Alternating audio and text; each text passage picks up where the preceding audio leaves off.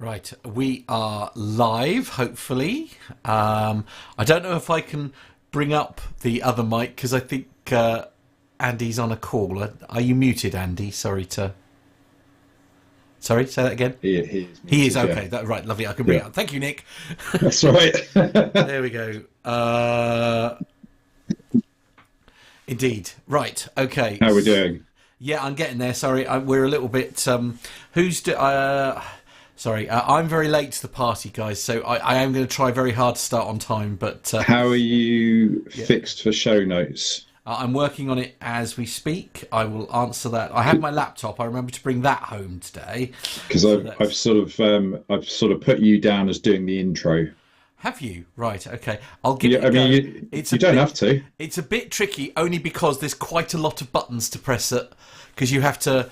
crossfade the graphic and I'll give it a go. Entirely up to you, mate. I mean, I'm happy to do it. Otherwise, I'm sure Andy will do a good job. Shall we? As he's busy and on the phone, shall we talk to Andy and make him do it so that he has no warning whatsoever? Yeah. So apologies, guys. Just a very slight delay. Andy's just having to take a very important phone call, and we will. We'll get going as quickly as we can. So this will be the moment, of course, of which Nev drops into the chat room, of course. Indeed. Right. There we are. Look. There we go. Look. Nick's texting everyone. Look. Very exciting. I'm just telling Henry that he's going to be on in about 45 minutes. Yeah, rude. Yeah. 45 minutes? How long do you think his phone call's going to be? Indeed. He's got his serious face on, that's a worry. Crikey.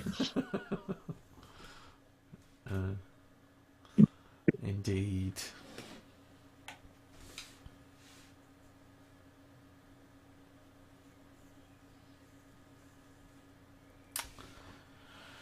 Right then.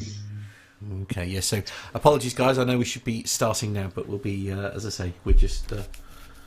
Don't tell Nev. Yeah, shh. He'll know. Yeah. Where is Nev anyway? I don't know. He did give his apologies. It's somewhere exotic, if my memory serves. Presumably another work trip. I dare say.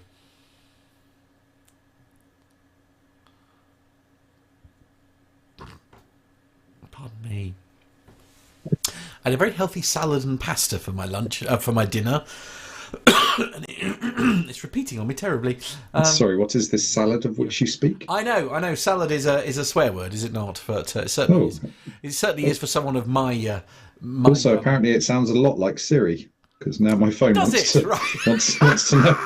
Okay, no, Siri, I don't need to know about salad. Yeah, you do. Yeah, absolutely. Yes. I probably do. It was basically. Do you know what? All it was basically, it was like pasta twirls, green pesto, grated mature cheddar cheese, and it was blooming lovely. Sounds quite agreeable. It was quite agreeable. Closely followed by some chicken left over from Bank Holiday Monday. And then cucumber and tomatoes with lots of black pepper on the tomatoes because that's really nice. And that was essentially my tea. You're making me quite peckish now. Yeah, sorry about that. Yeah, you don't want me sat in this chair having not had my tea. That is not good for anyone. Well, I was a bit late getting in from work, so I had toast. So I'm feeling a bit. Okay. Yes. Yes. Yes. Underappreciated. No, that's not the word. Undernourished. No, that's not a word. Well, that is a word, but yeah. Toast is always a good stopgap, though. I mean, it's that's usually what I have for breakfast. And I'm going to be very controversial here. Do you know what I have on my toast? So I have one that's peanut butter. Okay. And then I have one that's Marmite. And a lot of people don't like that.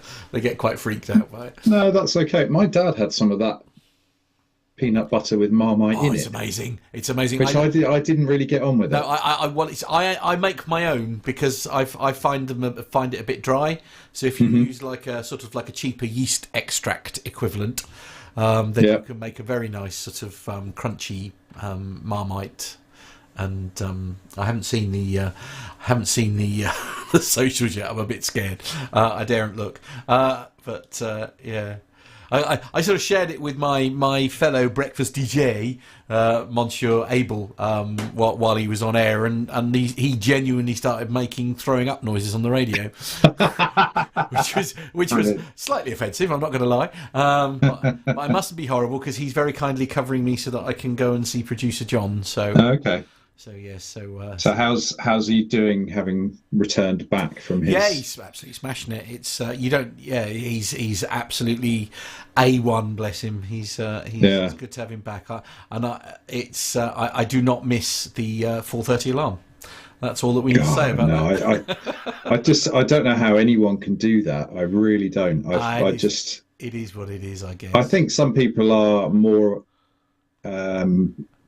able to cope with early starts. I am not one of those people. It would appear. I think the trouble is I've done it for so long that because like most of my jobs, where I'd have to be at work 6 a.m. and stuff like that. Right. So early starts have never been too much of a problem for me, but probably just as well given the current career path I have foolishly chosen in a voluntary capacity. He's back. I'm back. Oh, hello. Back. Sorry, I'm back. We better start then. Yes. Before we do get underway, I do need to... Nick, have you ever done socials before? Nope. Okay, give me 2 seconds. I can. Oh, what, in terms of doing push notifications? Yeah. Well, I think it's... give me we're already late, so it doesn't matter now. Right. 5 minutes. So I'm going to give you a web address. I'm just going to bring my microphone down, which they can't hear me, but you guys can.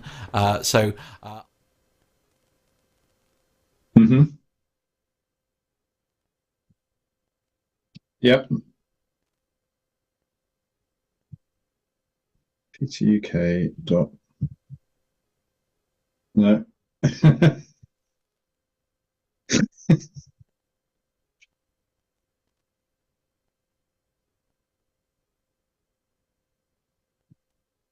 Ugh. All right.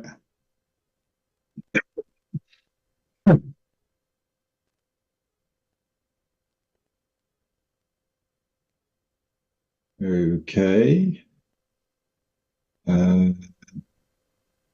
Hang on, let's try that again.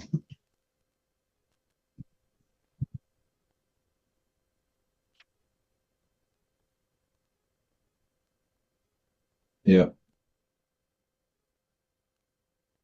It's actually taking me into a Google search for some reason.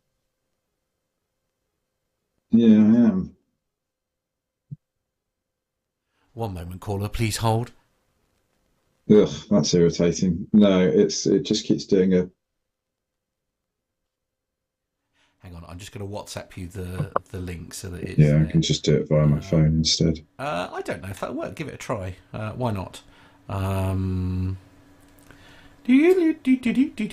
Sorry, I'm surprised we haven't had complaints from Senev yet, or have we? There we go. Try that. That should work for you as well, Andy. If you want to, you can have. Yeah, that's working. Yeah. Okay. So all you have to do basically is just pick one, and I think there should be an option to push it, and it should then appear on the YouTube stream. All being well, just give that a quick test. Oh, that's clever. Yes, I am rather. It's another way of also seeing the socials, essentially, without having to have a YouTube feed open and stuff, which is handy when... Yes, much better. Yeah, indeed. Might be better if Andy does that, because I have not got a clue what I'm looking at here. Okay, lovely. What am I meant to do? So there is a way where you can push it. I haven't got it up, so I can't tell you. Give me 2 seconds. Push what?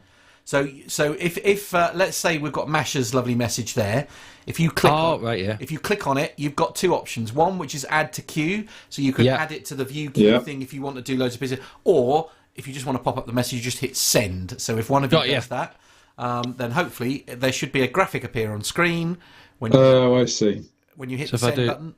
If I do that, there you go, wallop. Right. Lovely. Looks like you just got yourself a job there, Andy. And then I turn it off from this end, basically, but it means you can bring it up as and when you Cool. want to. So, all right. Let's find the most offensive ones. Of course. Maybe that wasn't a good idea. Nick, I wonder if you could take... Right, anyway, let's get going, because we're now 7 minutes late. 7 minutes late! Honestly, what are we like? Get on with it. Oh, hey, we were waiting for you, cheeky. Right, I've got to bring that fader up there, bring that fader down there. Here we go then. Shall we do this? Who's reading the intro, by the way? Andy is, or am I reading it? You. Oh, am I? Oh, crikey. Okay, good luck, everyone. Here we go. Have you got your laptop up? Have you, Matt? Yeah, no, it's there. Right. We'll see how this goes when I've got so many buttons to press, but good luck, everyone.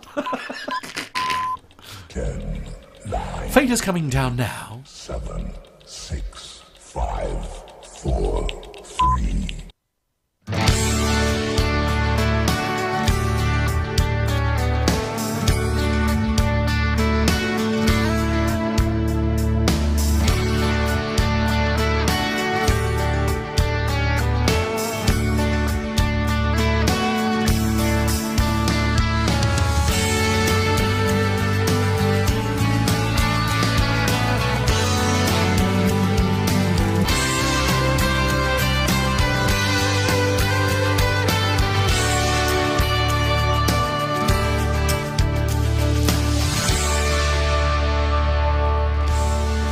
Well, hello and welcome to episode 501. Yes, my goodness me, the 500th has been and gone. It's a distant memory. In this week's show, we have the latest Boeing shenanigans, a returning regular Ryanair roundup, more on GPS jamming, and plenty of Airbus content to keep Andy happy. Can't imagine why we'd want to do that. We have a story about the passing of aviation legend Dirk Rutan, and contrary to popular belief, and because Nev's not here this week, we've got a bunch of military stories going as well. We're a little down on numbers this week. Nev's off somewhere exotic in seat 1A. Armando's off somewhere at flight level 430, whatever that means. And Carlos has been exiled to Malta. He's very miserable about that. So we're back with the reprobate crew. The backup crew, I think, is probably the best way to do it. And first to join us is our newest member of the team. Hello, Andy. Hello. Good evening. How are you? Not so bad. How are you? Yes, I'm good, thank you. Are you regretting signing up yet as the newest member of the team? No, not at all. Is there still music playing somewhere? There is, yes, absolutely. I'll turn it down for you. It's all right. When we normally, we just have it playing quietly in the background while we do our intros. Yes, I do remember that. Yes. I have done this a few times. We're very posh, here. Oh yes, very absolutely. Posh. Yes, I'm good. Thanks. Good. Been flying today, which is a rare thing, and I'm in my studio hotel room this evening. Oh, lovely. Yes, with the portable rig, shall we say? Yes, I've got 3 beds as well. They've given us a massive room. I don't know why I need 3 beds. Right. Okay. Are you expecting company or? Nope, definitely not. Fair enough. Yeah, absolutely. Yeah, it would be very much a case of get out. Excuse me. Definitely. Indeed. And yes, we've dragged him off the subs bench, kicking and screaming all of the way. Hello, Nick. How are you? Good evening, Mr. Smith. Nice to see you. Mr. Smith, hello. It's formal. Yeah, yes, right? We're going to be very formal this evening. Oh, now, if we'd have known my apologies, that, Mr. Codling. I'm so sorry. That's quite all right. No, if I'd have known that Andy had a big hotel room with lots of beds, we could have done this Morecambe and Wise style. Ah, right. Marvellous. Yeah. That would have been fun. He's always looking for an invite somewhere. I know, absolutely. Yeah. 1 minute it's the pub, now it's your hotel room. Don't know what to do with that information. I suspect we're sharing too much with the group. Yes, so lots of people missing, unfortunately, today. Carlos, as we were saying, he's on his hollybobs in the wonderful Malta, and I think he's hoping that they'll keep him there, as I say. And Nev, we're not quite sure what Nev is up to, but no doubt there'll be something to look forward to rant-wise on his return next week. I just wanted to mention, by the way, don't forget, of course, our wonderful competition. We'll give you a reminder of that question. We're going to do the draw for for that with our 500th, fabulous 500th prize. I'm going to tease you, if I can find the pictures very quickly, I'm going to tease you with the amazing prize that we have here. If somebody could perhaps just describe what we've got on offer as part of our 500th giveaway competition. It's a wonderful tag, I think, isn't it? Yeah, it's a bit of an A380, I believe. It is indeed, yes. A6 yes. EDA, I think, is the aircraft. It was Emirates' first ever A380. Yeah, that's quite a nice one. I expect so. Carlos will probably quite like to keep it for himself, actually. Yes, well, there's a bit of a queue, because even producer John was like, we don't have to give that as a prize, can I just have it? Indeed. But yeah, it's a beautiful prize, and we'll give you a reminder of what that question is in just a moment. So, I think, is that all? Oh, we mustn't forget, of course, our wonderful chat room. Thank you very much for joining us, as always. We've got, I haven't got, can somebody go through the chat room, please? I just realised I don't actually have the chat room up, which is a bit of an error on my part. So we've got most of the usual team in there this evening. We've got, looking down the list, we've got Captain Cruz. We've got Mazouz in there. He's our regular guy, so nice to see you, Mazouz. Who else have we got? Some bloke called Nick Codling in there. Never heard of him. Need to kick him out. Richard Adams, of course. Richard's normally in there at about 2 p.m. He's a bit late to proceedings this evening, I think. Outrageous. Sturman's in there. David Cummings, hello to you. Hobby Time. Reese is in there. Hello, Reese. Regular listener now. Masha. The wonderful Masha. Yeah.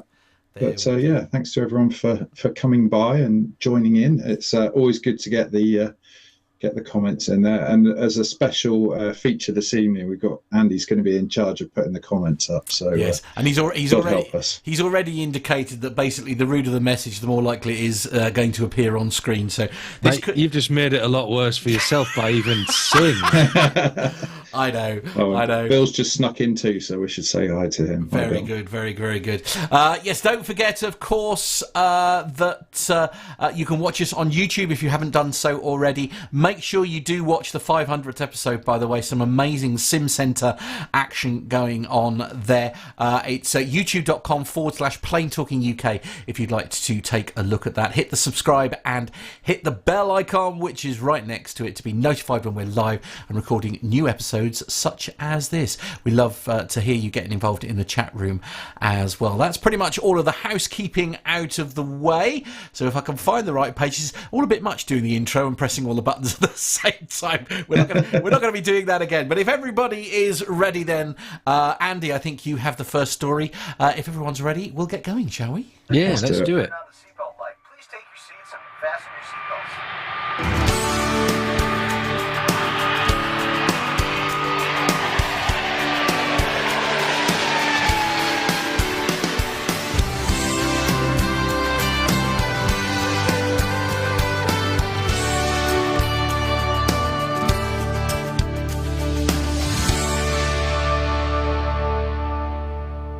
And the first story this week is from The Guardian. Second Boeing whistleblower dies after a short illness. Joshua Dean, a Boeing whistleblower who warned of manufacturing defects in the plane maker's 737 MAX, has died after a short illness, the second Boeing whistleblower to die this year.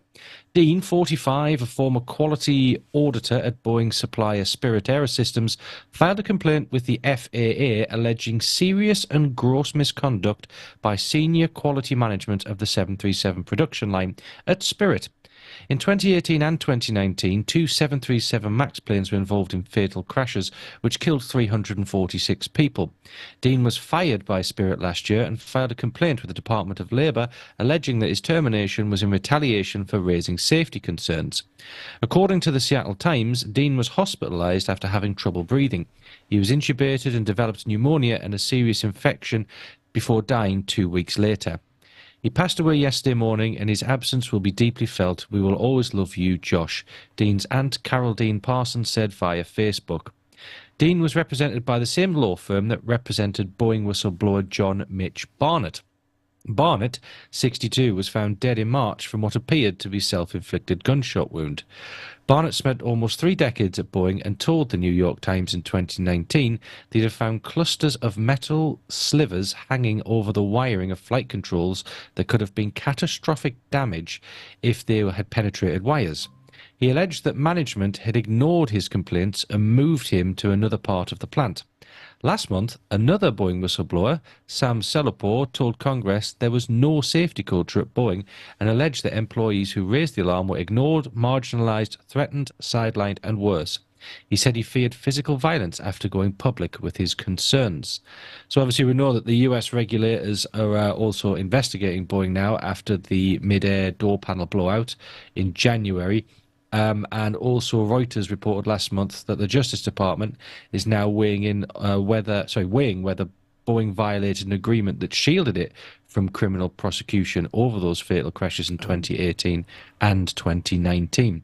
So there's still a lot going on for Boeing. And also, meanwhile, here's a bit of conspiracy theorism for you. Oh no, here we go. This is from aerotime.aero. A slide that fell off Boeing 767 found outside home of lawyer suing Boeing. Now, that sounds a lot more suspicious than the story actually leads on to. The emergency slide that fell off a Delta Airlines 767 aircraft reportedly washed up in front of a beach house belonging to a lawyer suing Boeing over safety concerns.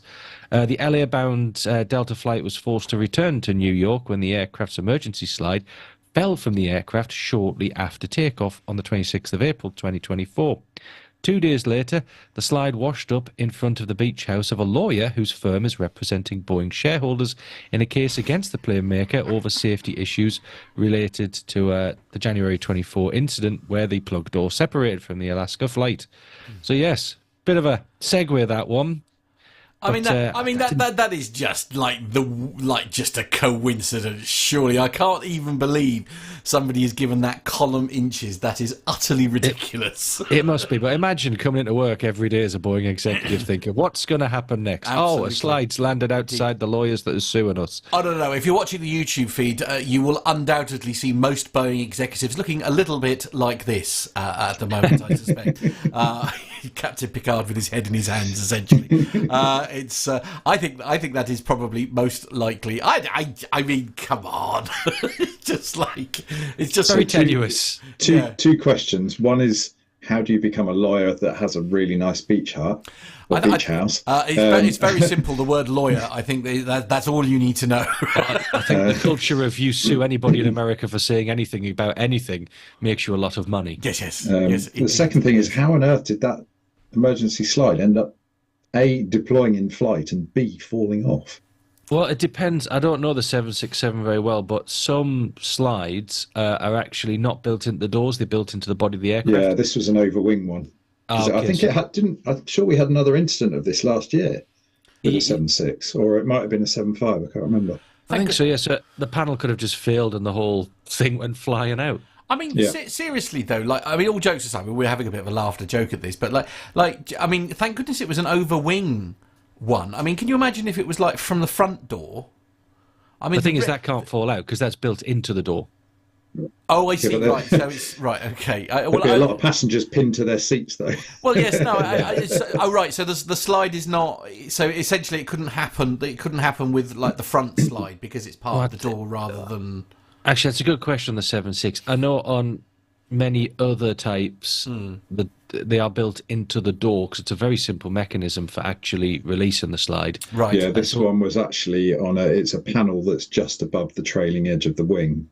Yeah, that's for the over. But I don't know about the actual door slides for the 76 because the 767 door slides up into the top of the fuselage. It doesn't open outwards like most other aircraft. It was sort of a thing in the 70s and 80s.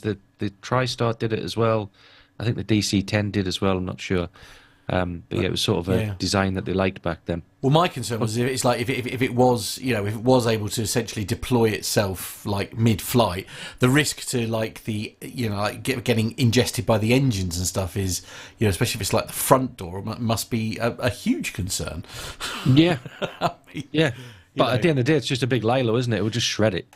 Well, yes, I know, but you'd also not expect a bird to cause too much hassle to them, and look what's happened there. Well, if you want to get into that, a bird's quite a heavy projectile for size and speed. Okay, fair. Yeah. No, well, that's why I'm asking. This is literally my job, Andy. I ask stupid questions. That is literally my role in this whole thing. Don't take it away from me. It's all I have. You're so good at it. Indeed. Yeah. Well, as I say, I dare say the lawyer will be having fun with it as well. I'm sure he'll get involved. I do like this one from Richard Adams. Perhaps somebody swiped the bolts to put in another model's door plug. Oh no! Oh no! Who knows? Who knows? Anything's possible. You can't rule anything out these days. No, and the trouble is, when I'm putting these show notes together, I almost have a choice of bad news Boeing stories. There's just too many. There was another one that I could have put in, which happened yesterday, about more trouble with regulators with the FAA, but I just thought, everyone's getting a bit fed up of all these bad news Boeing stories. I think it's right pickings at the moment, and there's that much stuff out there that it's all coming to the front now. Yeah, we need some other stuff. Yeah. Yeah, but it is what it is, though, isn't it? This is the trouble, isn't it? And that's maybe why it is making, sort of big news and stuff, is because they've more or less had their own way for so long. Perhaps where they didn't have the scrutiny, one could argue that they should have had. It's fair to say that the conspiracy theorists are getting all a bit worked up about the whistleblowers, though. Enthusiastic, yes, absolutely. We'll walk away from that as yes, because we don't want to be embroiled in said same thing. I'll tell you what. We'll move on to story 2 then. If everybody's ready for this one, and we haven't had a story number 2 Ryanair one for a long time, so I'm very pleased to have it back, especially as I've got it. It's independent.co.uk is the source for this one, and it I can't read out what's written in red on here. It's made me laugh. Let's put it that way. Ryanair boss rules out frequent flyer perks with airline. Buy a dog if you want some loyalty. He's up to his usual standard then.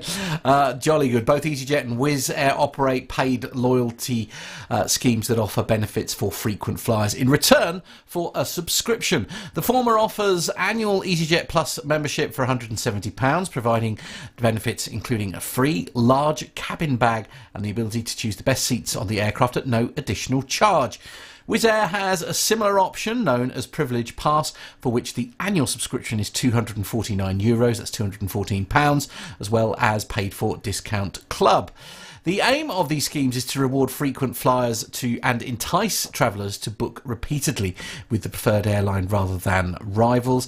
But Ryanair is known to have a disdain for such schemes, partly because of the added complexity, but also due to a sense that many EasyJet and Wizz Air passengers extract much more value from the loyalty programmes than the cost of the subscription. Regular passengers who fly once a fortnight with EasyJet, for example, are paying only £7 for each trip for EasyJet Plus membership, yet deriving benefits that may amount to £50 or more per flight. Mr. O'Leary insisted his airline has a different approach. When speaking to The Independent, he claimed that Ryanair fares are so low that the more passengers fly, the more they save. He said, I don't understand why, if you're already getting the lowest fares in Europe and therefore you're already benefiting, saving money every time you fly with us, why do we need a loyalty scheme? If you want something loyal, buy a dog. If you want the lowest airfares in Europe, fly Ryanair. 10 years ago, the airline chief executive embarked on a canine charm offensive when he launched Ryanair's Always Getting Better plan to promote the notion that he was fixing the things our customers don't like. A photograph of Mr. O'Leary cuddling a puppy was shown at said press conference. Despite the prominence of the puppy, Ryanair rejected the prospect of carrying pets at the time. Mr. O'Leary said, we tried it. We lost a snake in Sicily and a cat in Milan. Okay. Don't know what to do with that information. Oh dear. So it's. I mean, really, you do wonder sometimes. I often wonder if the very famous Ryanair X/Twitter account is actually managed and run by O'Leary himself. The Ryanair social media is excellent. I always love it when corporate organisations have a kind of a sense of what their actual image is in the real world. Yeah. And they certainly don't have any trouble at all taking the mick out of themselves. They really seem to enjoy it and they fully embrace it. I have to say, their Instagram is very good. There are two Twitter/X accounts that I follow religiously. One is the Ryanair Twitter account. The other one, believe it or not, is James Blunt, because he is utterly hilarious. Definitely. Well, this has taken a turn. I know. Sorry. Yeah, I know. Back to the story. Oh right. Okay. Yeah. Sorry. I've got a comment. Uh-oh. The people who are saving like up to £50 or more when only paying £7 for each trip, etc. Yeah, they are. What does it say? Regular passenger fly once a fortnight with EasyJet. These are like business travellers. If you knew you weren't basically paying for a bag on board, would you be more inclined to spend the money on products on board, teas and coffees, food and sandwiches? Yeah. Whereas if you felt you'd been scalped for every penny on another airline, Ryanair for instance, would you be willing to spend the money? So I don't know if the revenue balances up either way. It is a good question, actually. Although I have to confess that I genuinely, for me, their coffee on board on Ryanair is the best coffee I think I've tasted anywhere, let alone in the air. Wow. Yeah, no, genuinely. I mean, it's a bit weird. You have to get used to the fact that you're essentially drinking your drink through a filter. But my friend who used to work for Ryanair used to actually bring me like a pack of 10 of the cups home, like every time he saw me, because he knew how much I loved it. So yes, I'm very sad that they don't work for that airline anymore. Oh, I'm intrigued. I need to find out how we can get hold of some of that now, so I can try some. It is genuinely. We've all got individual tastes, haven't we? Yeah. Harsh but fair. Yes, indeed. Shall we move on before I get sued now? Nick, I think you've got this one.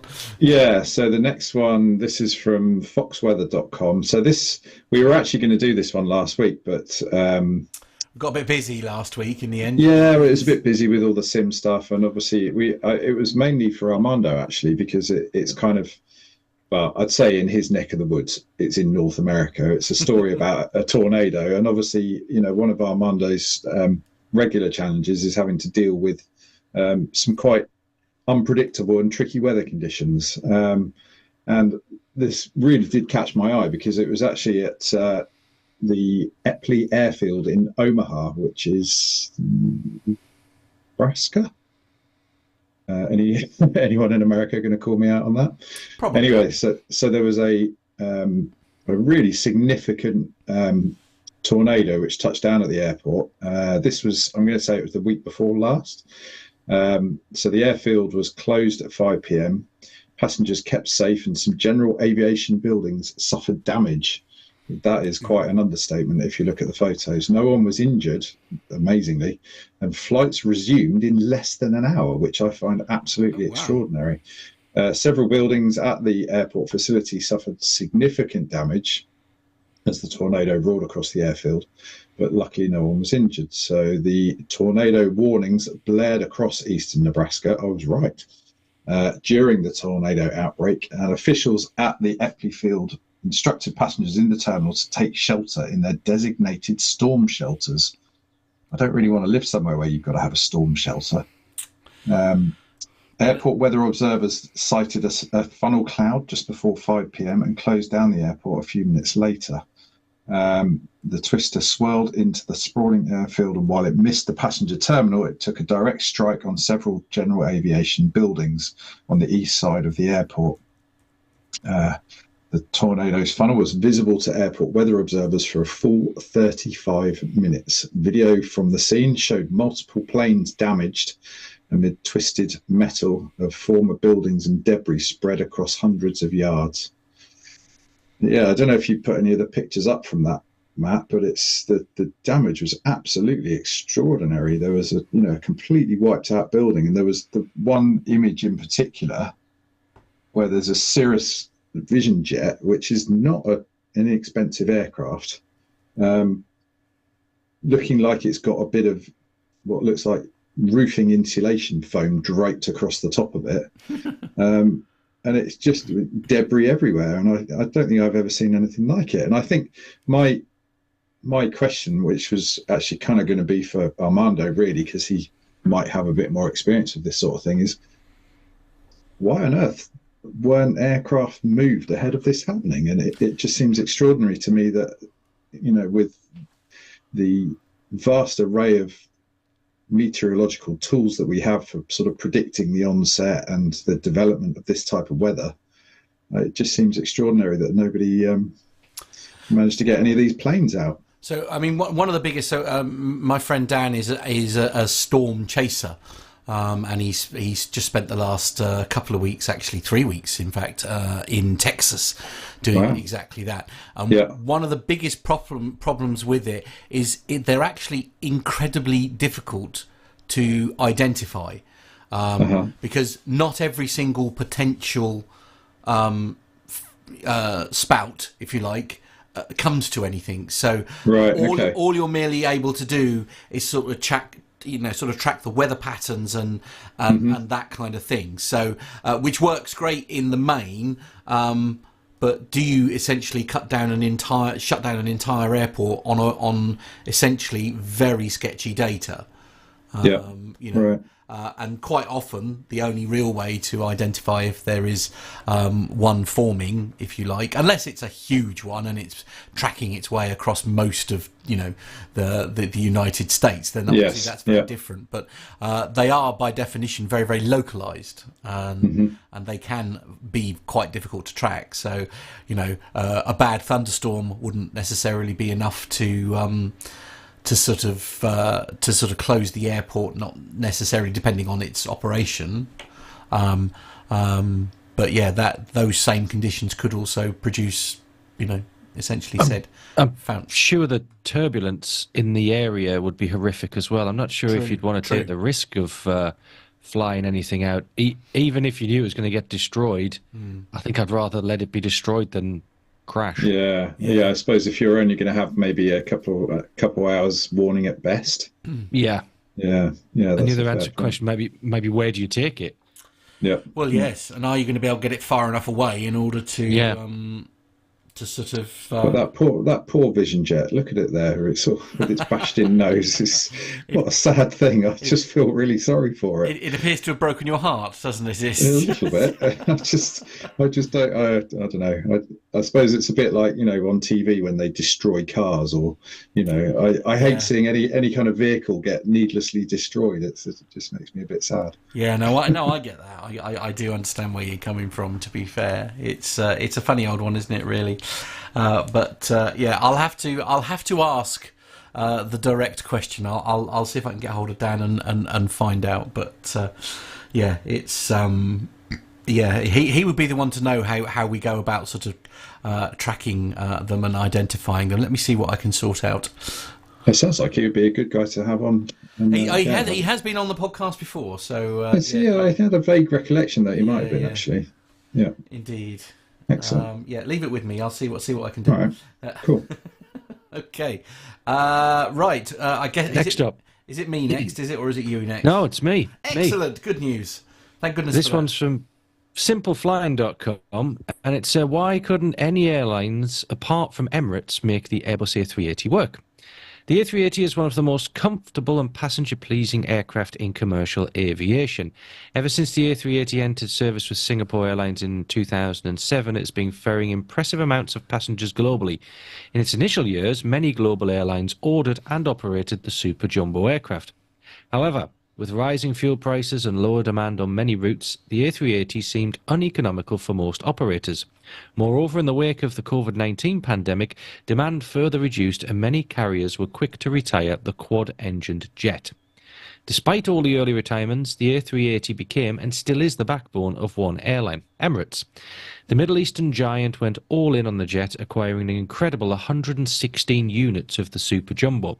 Despite the odds, Emirates have made this A380 its flagship, serving tons of destinations across the world. In statements, airline leaders have indicated their intention to keep the jets flying until the 2040s. So what separates Emirates from the rest? What allowed the carrier to succeed while all others failed to truly embrace the aircraft and sustain profitable operations with the A380? The Airbus A380 is undeniably an aircraft fit for economies of scale.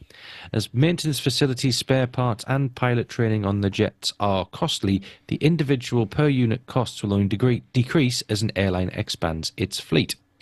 Emirates was the only carrier to act on this and rapidly expand its fleet to ensure its unit costs for the A380 operations remained relatively low.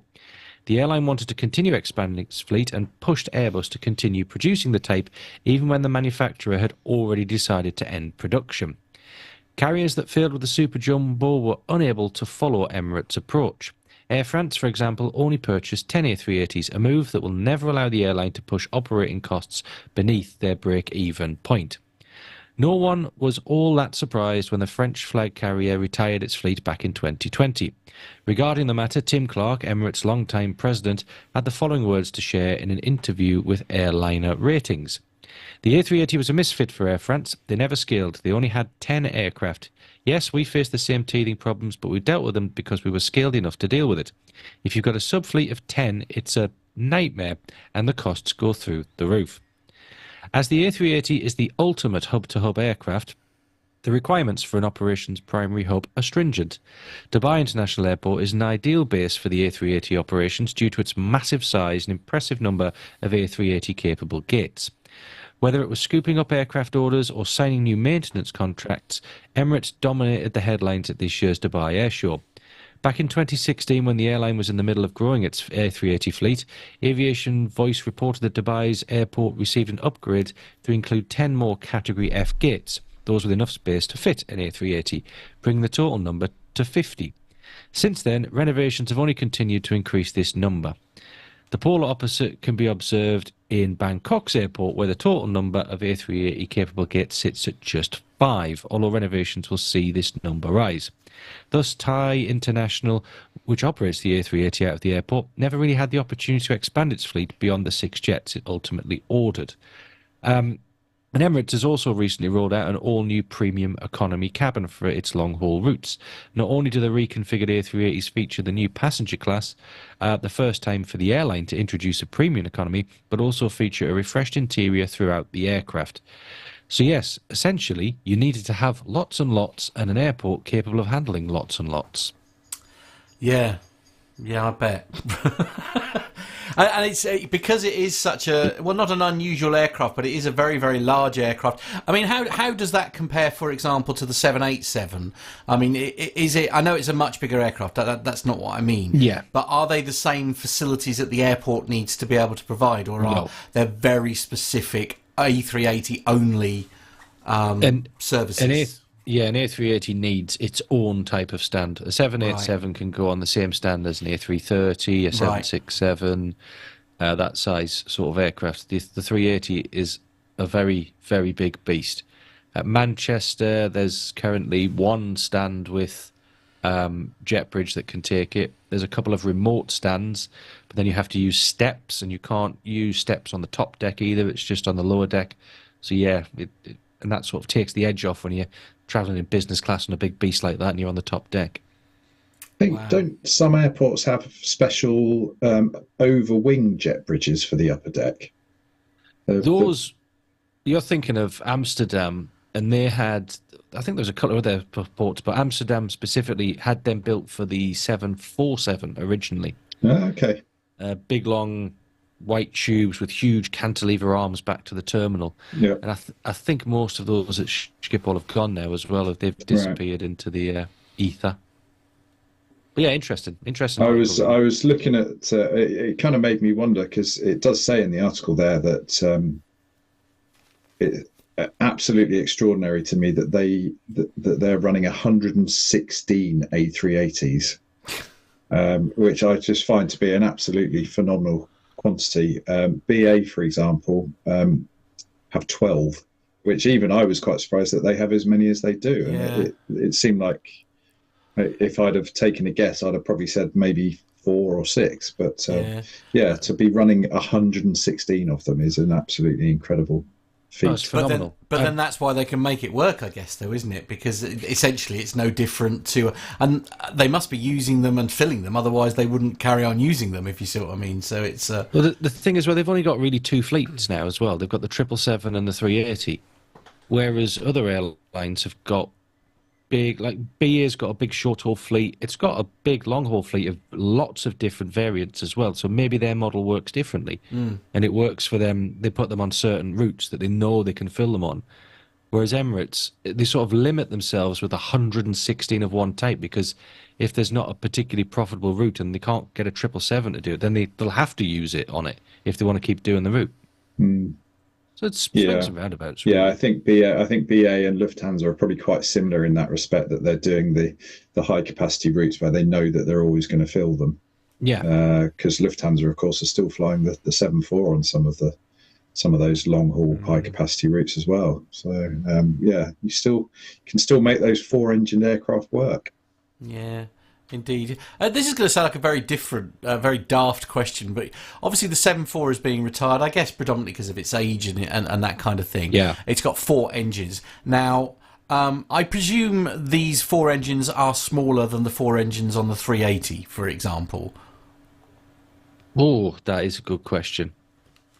I suppose it's more down to the fuel burn, really, isn't it? It is. Yeah. It's the kind of tons per hour. The only thing I do know is the wing on the A380 was designed for a much larger aircraft than it is. So it's got a very good lift capability. Right. But I don't know about the drag and sort of lift to weight ratio and stuff the thrust to drag ratio and stuff like that. Yeah. Good question, that is. That's something Nick should look up because he's very good at finding this stuff. Very good. Yes, I'll do some background Googling. Lovely. Excellent. Please do. In the meantime, then we'll move on to the next story.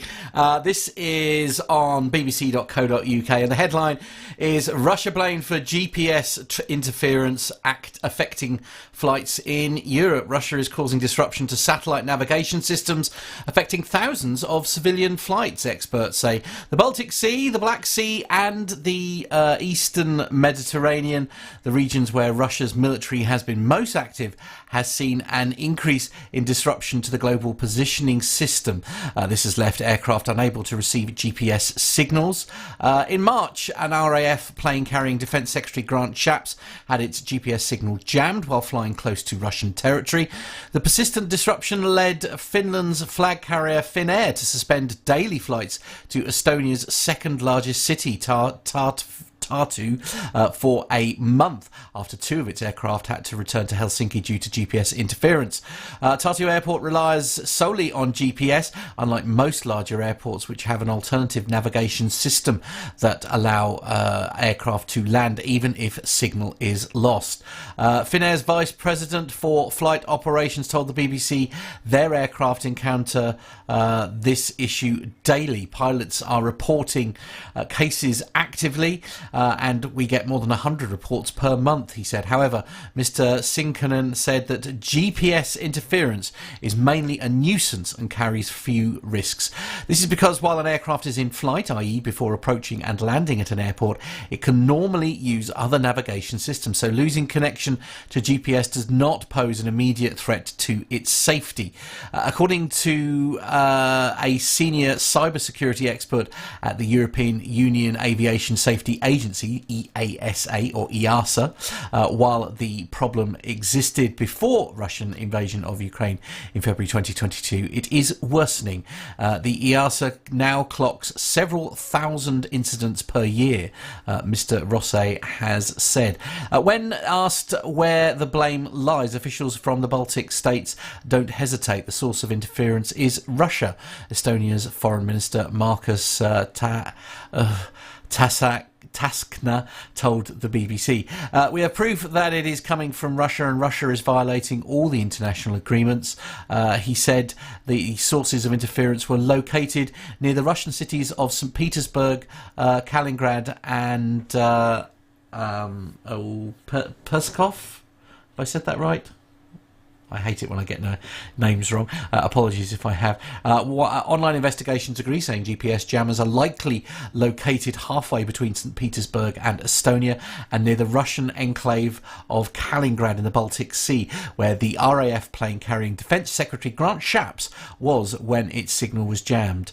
There's also been lots of reports of maritime traffic in the Baltic Sea being affected by GPS interference. Jamming is the most widespread form of such meddling, but there have also been numerous instances of spoofing when legitimate signals are replaced with fake ones indicating a false location. Keir Giles, who's the director of Conflict Studies Research Centre, a British think tank, believes Russia is meddling with GPS for both offensive and defensive reasons. He says that while on the one hand, Russia is testing its capabilities for immobilising Europe completely in time of crisis, it is also trying to protect itself from possible missile and drone attacks. The story does go on, but we'll leave it there for now. Andy, I've got a bit of a question for you, really. I mean, even me, Mr. Naive, who doesn't know a great deal about airplanes and all that kind of thing, losing GPS is not as big a deal as I might think, for example, right, because there are other alternative ways of navigating and sort of not losing your way, as it were. Yeah. The first thing to say here is if you lost GPS, all radio nav aids, it's an aeroplane. The laws of physics apply. You keep flying. Yeah. That's not the end of the world. Yeah. So as time has gone on, let's go backwards in time. We originally had, when radio beacons were starting to appear to make navigation easy, you had what's called the NDB, the non-directional beacon, which are notoriously bad. You look at the needle and it's swinging left to right, and you just have to sort of take a dead reckoning down the middle and hope that you get somewhere close to this beacon. Then as time's gone on, you got the VOR, the very high frequency omnidirectional rangefinder. There you go. That's what VOR stands for. Ooh. Plus distance measuring equipment combined together. Very accurate radials, so bi-radial, like spokes on a bike from 1 all the way around to 360, so you could tell exactly where you were. As GPS came along, a lot of these expensive to maintain ground-based navigation aids started to get taken out of service, and the options and kit on board to actually track them, to have plenty of spare capacity, started to get removed from aircraft as well. Right. Which, me being the miserable old northern that I am, I didn't agree with that we should be removing all this stuff, because you can, as we know now, spoof and jam signals. Now the spoofing is becoming particularly bad at the moment, and on really modern aircraft such as the 777, even the 320 that are flying, a lot of systems do rely on the GPS for things such as enhanced ground proximity warning systems, for terrain data. So what people are finding, and airlines are finding, is that suddenly you can be cruising at 35,000 feet. You get what's called a map shift. So it looks like you literally just move from where you should be, and then the aircraft starts screaming at you that caution, terrain ahead, terrain, pull up, because it thinks that you're somewhere completely different now. And that's causing a lot of problems, and then you have to turn certain systems off, and then suddenly you find, and the point was already made here, in places like Gatwick, at night, when they're doing work on the main runway, they turn the ILS off, and you have to use what's called the RMP approach, which is basically a GPS approach to the other runway. But a lot of aircraft that have been down in the Middle East, where they've had these spoofing issues and jamming, that's caused so many problems that it's upset a lot of the systems that don't come back. Then they get all the way back here and find that they've got a problem, that they can't fly this approach, and the visibility is not good enough for them to do a visual approach, so they need to go somewhere else to find somewhere where they can fly a traditional instrument landing system approach. So it's not dangerous, it's just causing a lot of issues. A friend of mine at BA told me his wife said the other night that on the 777, it wiped out so much stuff that they had to go back to just basic radio navigation, and they had a similar problem with trying to find an approach to actually perform. So there need to be workarounds to this to stop it happening. But unfortunately, cyber crime and I was going to say bullying, and not cyberbullying. You know what I mean, though, that these people getting in and causing all of these problems, it's becoming a really big issue now. Yeah, as I say, this is the thing, isn't it? I mean, even somebody who is nervous of flying and all that kind of thing, I know that it's not, you know, it just, if the GPS goes, then the GPS goes, you know. I mean, that's the whole reason why you've got very experienced pilots, if you like, sitting in the seat. That's why, you know, it's, you know, the captain will have a lot more experience than the first officer, and there's lots of, from a passenger's perspective, it might potentially mean you don't end up at the airport you were intending, but whilst that's annoying, nobody's in any danger, if you see what I mean. No. Yeah. No, there's no danger at all. No, indeed. It's, but yeah, annoying nonetheless. So are we going to start to see airlines doing a lot more in terms of having these workarounds as part of their sort of standard procedures? The manufacturers produce checklists for this type of interference, and they've been buried for a very long time in the FCOMs, so they have been there, but now crews are being made a lot more aware of where the information is and what we can actually do about it. I like what my man Micah just said there. How about keeping a map in your back pocket? When we used to carry the paper maps, it was more than in your back pocket. It used to be in a binder that was a good 2 to 3 inches thick with all the paper route charts in. Oh, I quite believe it. In the good old days. Oh, bless. Always nice. Indeed. Well, there we go. That's that is that, I guess. Yeah, more on that later, I expect. It's going to be one of these stories that we're just going to keep hearing it, and I think that, you know, and it's going to be very hard to crack down on, isn't it? And I suspect that it's going to be a regular thorn in the side of a lot of aviators and airlines. The good news is there's known areas where it's happening. It doesn't spread that far. Yeah. So you can completely avoid those areas as well, which a lot of people are doing now. Yeah, I bet. Yeah, I bet. Indeed. Shall we move on? Right, Nick, you're up next. Yeah, so having had an A380 story previously, so just to refer back to our discussion, the A380 typically uses the Rolls-Royce Trent 900, and the 747-800 uses the General Electric GE-NX. Ooh. So I don't know if you know much about either of those, Andy. None of that makes any sense to me whatsoever. Well, what I can tell you is that they've got the lovely frilly bits on the back. Yes, the Gen X ones have, yes. I like frilly. Frilly is good. But General Electric are available on the 380 as well. Oh, okay. Yes, yeah. Nice. Yeah. So I don't know how they compare in terms of fuel burn. Not a clue. I think that's closely guarded secrets as well. Yeah. Yeah. Yes, I dare say. I think we did touch on that a little bit, didn't we? In terms of, I think we had a bit of a discussion last week about the efficiency with the things like the A350 coming along, which is like basically half the fuel burn of something like a 380 or a 747. Oh yeah, phenomenal. The modern day twins are just unbelievably efficient. Yeah. Right. So, and talking of being tremendously unfuel efficient, another story from Simple Flying: why Global Airlines' first Airbus A380 flew across the Atlantic with its landing gear down. So we've all been kind of quietly watching things as they unravel with Global and seeing whether or not they are going to become a thing, and they keep sort of, you know, making quite a lot of noise on social media and slowly chipping away in the background while they've finally got their aircraft out of storage in Mojave and flown it back to the UK. But everybody's a bit curious as to why on earth they did that with the wheels down. So Global Airlines, the UK's new startup, intent on operating only the world's biggest passenger plane, made history earlier this week when it touched down at Prestwick Airport in Scotland. For Prestwick Airport, it was the first time it had ever seen the arrival of an A380, and it also cemented Global's position as only the second company to operate a second-hand A380. But there's another reason why the flight was special. Could it have been the longest gear-down ferry flight ever seen with an Airbus A380?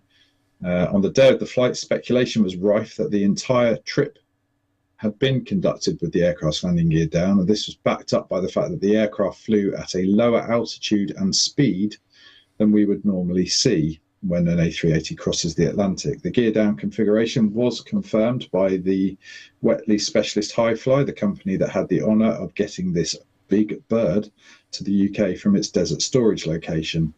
In a statement from Hi-Fly, it said the flights were operated with the gear down ahead of the required maintenance, thus slower and at lower altitude, and the need to stop for a fuel stop.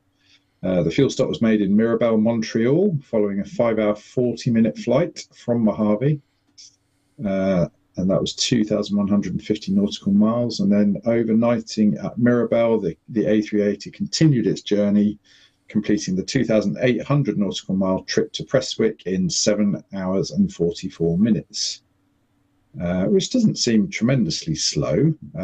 Anyway, we'll get onto that in a minute. So why was the gear down? Hi-Fly had to shed some light on this too. The teams worked closely with Airbus and Global to understand which flight conditions would apply. The fact that jacks are not available at Mojave Desert Airport meant that the Global Airlines A380 had to be ferried to Prestwick, where it would undergo further maintenance before returning to the skies. The lack of jacks alluded to is unsurprising, given that no US airline ever operated the A380, and none to date have been all that interested in pulling one out of storage. For aircraft parking beyond 4 months, landing gear retraction extension and freefall extension tests have to be performed. The two options are generally available and have to be covered by repair and design approval form. To jack the aircraft and perform tests at the storage site, or to perform a ferry flight with the landing gear down and locked, so known as a gear swing test, as noted above. This is an essential part of returning a jet to operations following a time in storage. To conduct the test, the aircraft must be lifted off the ground using giant hydraulic jacks, and they're positioned under the nose of the plane, under the tail, and one under each wing.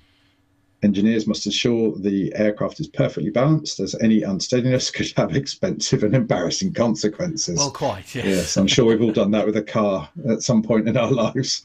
Can neither confirm or deny that accusation. So, so there were no jacks available in Mojave, hence the reason for the flight with the wheels down.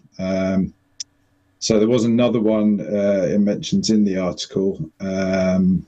That was Lufthansa brought one back from storage in the desert in Spain, back to Frankfurt, but that's a couple of hours flight, I guess, Andy? Yep. But yeah, this is a pretty long one. I would imagine that the fuel burn would have been pretty considerable for such a journey, to have all that additional drag. Well, fortunately, the lovely engineers at Airbus provide us with all the data that we need. You can flight plan with the flight. It's almost as though you've read the notes, Andy, and you've anticipated my next question. Yes. There was actually something called the CDL, the Configuration Deviation List, as well. We can actually fly with lots of bits of the aeroplane missing. Wow. That are designed for... Don't tell Matt. That are designed for aerodynamic purposes. It's a relief. And they actually tell us what the penalty factor on the fuel burn is. So we can add that plus a margin to make sure that we've got enough fuel to get where we want to be. But yes, flying with the gear down, you have to fly a lot slower because it has a limit to how fast you can fly with it down. Yeah. And of course, you can't get as high because the drag is a lot higher. So the engine thrust is not capable enough of getting you to the top of the envelope. Right. But yeah, we have lots of tools. We can also, and the A380 will be able to do this, there's a fancy computer. So the olden days I was talking about there, the CDL, and also we had fuel penalty tables in the QRH. Now we've got a wonderful computer program that we can actually put all of the issues into, and then it will tell us how much fuel we're going to burn on that route. In still air is how it works it out. So then you can, obviously, if there's a tailwind, okay, you've got plenty of fuel. If there's a headwind, then you need another factor on it as well. But there's lots of systems out there that can do this for us now in the wonderful computerized world. That's amazing. So presumably, obviously, as part of the development of the aircraft, Airbus engineers would have flown a lot of sort of test missions where they would be flying at different altitudes with different headwinds and different kind of meteorological conditions in order to kind of verify that computer modeling, I suppose. They do it to a degree, I believe, but nowadays the modeling's so good that the authorities will take the modelling. Right. But the first flight of every aircraft does it with the gear down as well.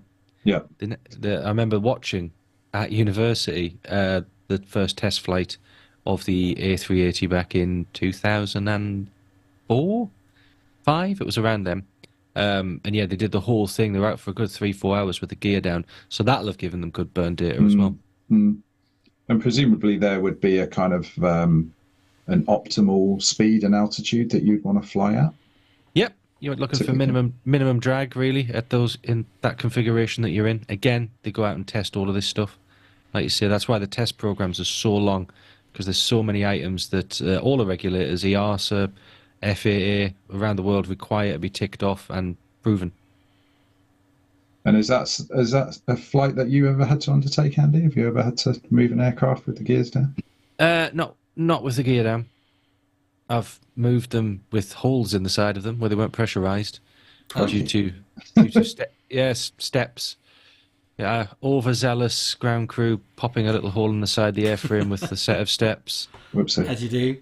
So that's unpressurized, so no air conditioning or heating, depending on what time of year you do it. It was in October I did it. Max 10,000 feet, max 250 knots, sat there with your jacket on, your coat on, a hat on, just trying to stay warm. Wow. It's fun. So it gets pretty chilly then, I guess.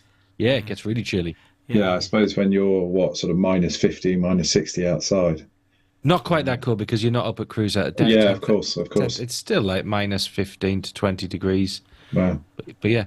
I mean, interesting. You're not selling it to me as a hobby, certainly. That's No, I wouldn't do ferry flying with aircraft in battered conditions as a hobby myself, to be honest. Yeah, no, fair. Yeah, I hear you, Andy. I hear you. So I guess the big question now is, how do we feel about Global now that they've got their aircraft? They've got their one aircraft, and having talked about the economies of scale of operating large A380 fleets, they've now got their one second-hand A380. I hope they have a very, very big money pit. Yeah. Do we think they're going to be a thing, and will they make this work? I mean, given that place your bets now. Given that we've literally been running, talking a story about how Emirates are making it work, but because they've got 100 plus A380s, I mean. Well, look, High Fly is still making it work. True. Yeah. True. And we've been talking about these guys for a good 6 months to a year now. So that's true. Yeah, no, I'll give you that. They're hanging in there. But again, High Fly do very specialised work that they can charge a lot of money for. Yeah. And these guys are looking to set up scheduled services with 1 or 2 A380s. Good luck. Yeah, ain't that the truth? Yeah. Indeed. All right, well, we'll move on to the next story then.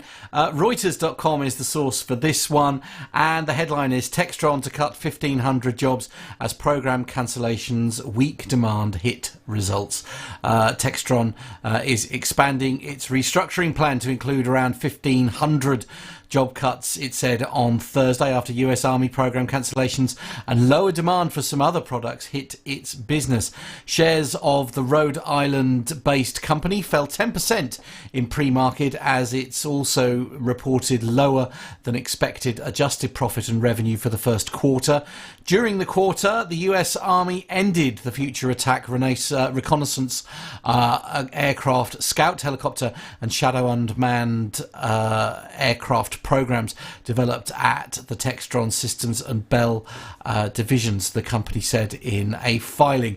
Textron's industrial segment, which reported a 4.29 decline in quarterly revenue, also saw lower consumer demand for some products at the specialised vehicles business and reduced demand for fuel systems from European automotive manufacturers. Textron said its plans to reduce its headcount by some 1,500 positions, or around 4% of its global workforce, under the expanded restructuring plan. The original plan did not mention job cuts. Since Textron introduced the 2023 restructuring plan, it has incurred $140 billion in pre-tax special charges. It expects to sustain further severance costs of between $25 million and $30 million in the second quarter of 2024. Textron's first quarter sales were $3.13 billion, missing Wall Street estimates of $3.28 billion. That's according to LSEG data. Quarterly adjusted profit was $1.2 per share, short of expectations of $1.23 per share. Wow. So is this just a loss of a contract, and they're having to remove people from its workforce, or is this something deeper? So people not buying aircraft anymore, Cessnas and the like. Well, it doesn't just seem to be, purely US Army based, if you see what I mean, because in that story they're talking about other parts of the business, if you like, also not meeting with expectations, shall we say. But that does, forgive my naivety here, and perhaps I don't really understand the economies of scale here, but of scale, I should say, but to lose 1,500 positions as a result of a 4.29% decline in quarterly revenue, I don't know. I don't really understand it, but it seems like a very huge number. That's a lot of jobs. It is. Yeah. It is. It's 4% of its workforce as well. Just no small amount. But I mean, their first quarter sales were still $3.13 billion. Yeah. Is it just because it's a lot of money? Is it just because they're literally, I just sort of, I don't know. Finances are on a knife edge, as tends to be the case with manufacturing industry. Yeah. I mean, I know certainly. I think during the pandemic there was a huge boom in private air travel with certainly the second-hand market with things like private jets was demand was outstripping supply, and it seemed as though for manufacturers of sort of smaller private aircraft, they couldn't build them quick enough at the time. Now whether or not generally the economy has done a bit of a slowdown since the pandemic, and that's now starting to kind of catch up with itself. And of course, it does seem to be in stark contrast, if you like, from the private sector. It does seem to be in stark contrast to the commercial, the likes of EasyJet and Emirates and all that kind of thing, where they're adding aircraft to routes because of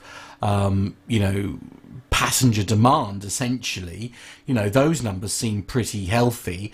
It does seem to be the private side of things that perhaps isn't hitting the numbers that people are thinking. Very, very good point from Micah in the chat room there. I don't know if you want to put that one up, Andy. 4% of 3 billion is still 120 million.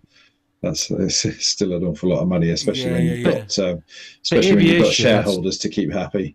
For aviation, that's not a lot of money. 120 million. No. I mean, how much? If you were to buy an A320, for example, how much would an A320 likely set you back if you're paying? I appreciate nobody buys the actual the list price. Sticker price. It's around 80 to 85 million. Yeah, it's less than I thought. I'll have two. Interesting. It's around that price. Interesting. Yeah.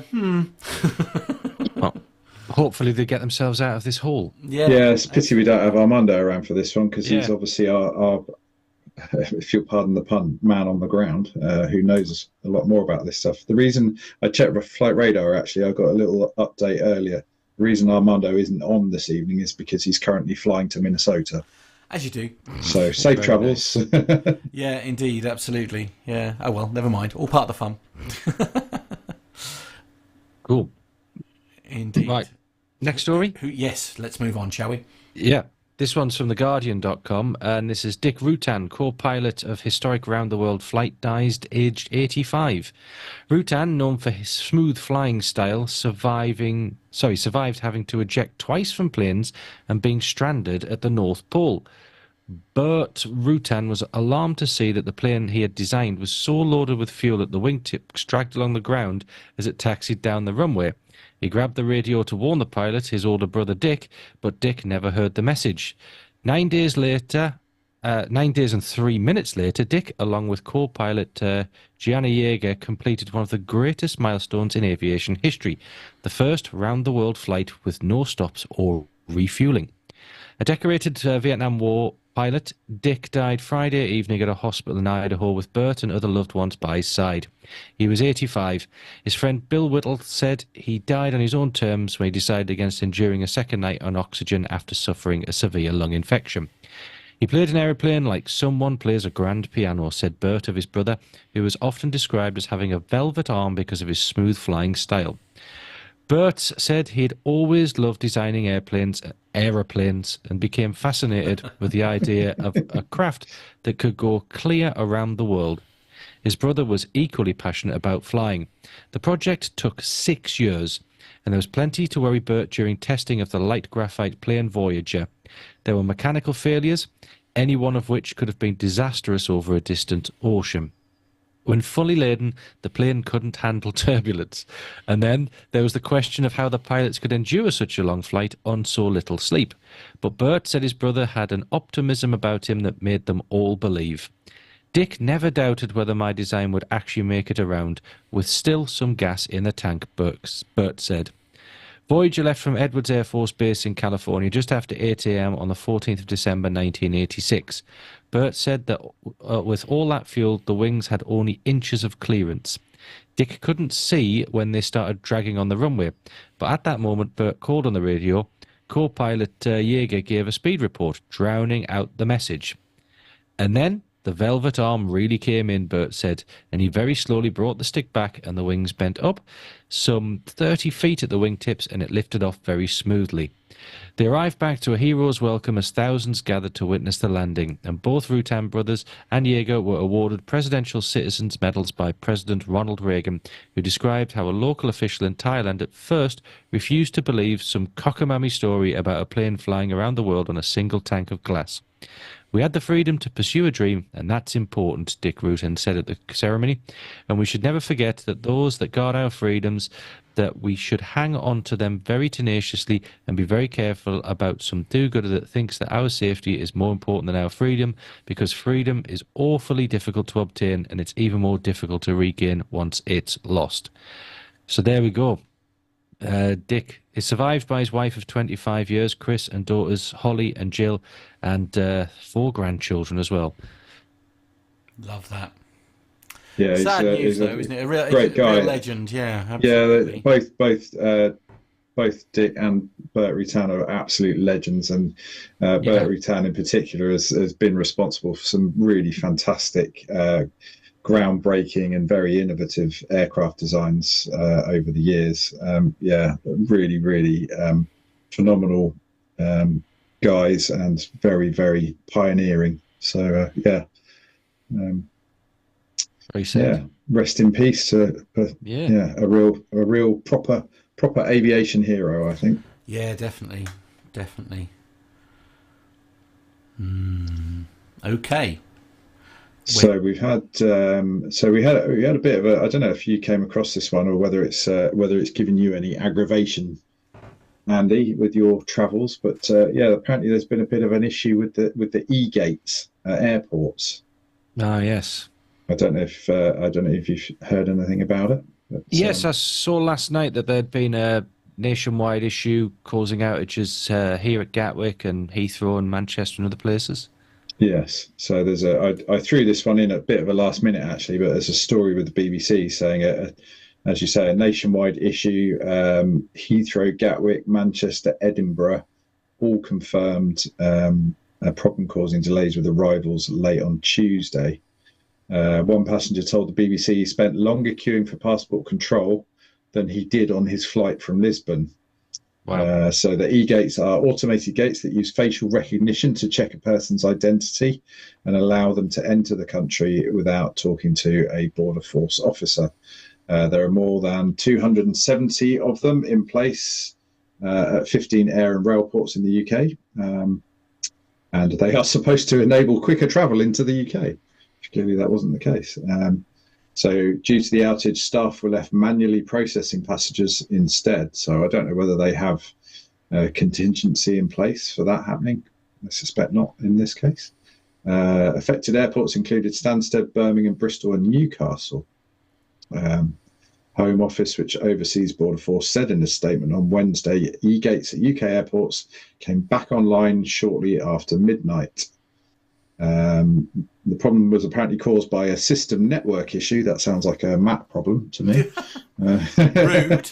Turn it off and on again, right? I can neither confirm or deny that.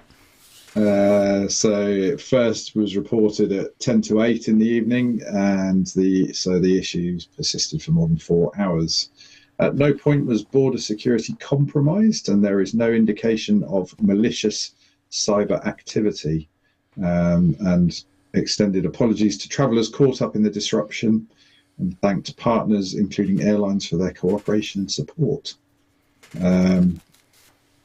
So the problem did not appear to just be affecting the e-gates themselves, as Belfast Airport, which does not have them, said that the Border Force systems had been impacted.